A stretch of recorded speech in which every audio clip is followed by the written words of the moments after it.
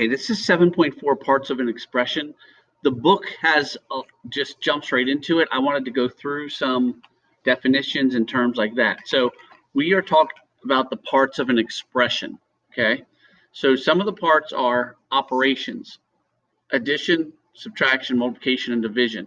You could see these signs in an expression. There's also things called terms. These are parts of an expression separated by an addition or subtraction sign. So right here, I have an addition sign.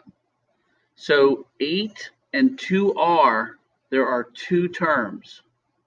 Each of those are a term. They're separated by an addition sign. However, over here, I have a subtraction sign right here, but this is a multiplication sign. This can really be written like this, the same way as that.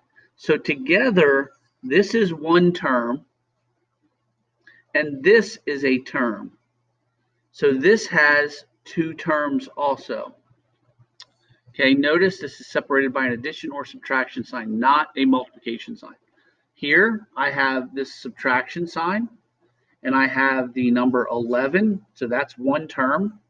And I have 8 times m, so that's the second term. One term, two terms.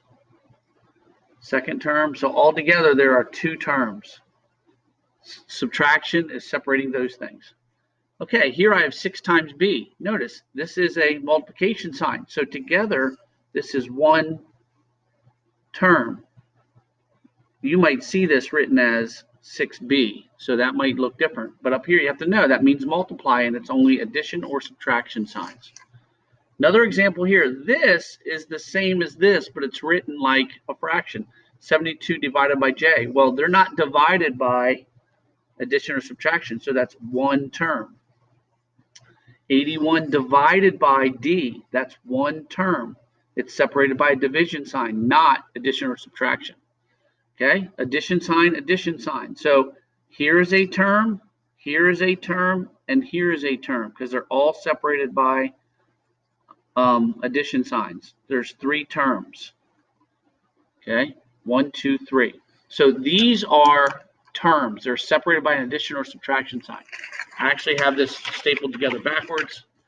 Now we're going to talk about like terms and combining like terms. Okay, so remember, terms are part of an expression separated by plus or minus. Like terms, here's what a like term is.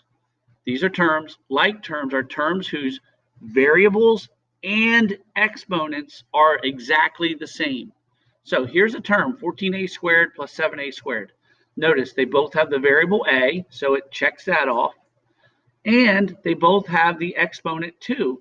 So it checks that off. So they have the same variable and the same exponents, okay, on the same one.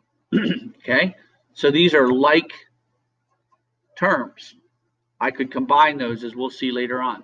However, look right here, 7b to the third plus 9b to the squared. We have the same variable. It checks that off.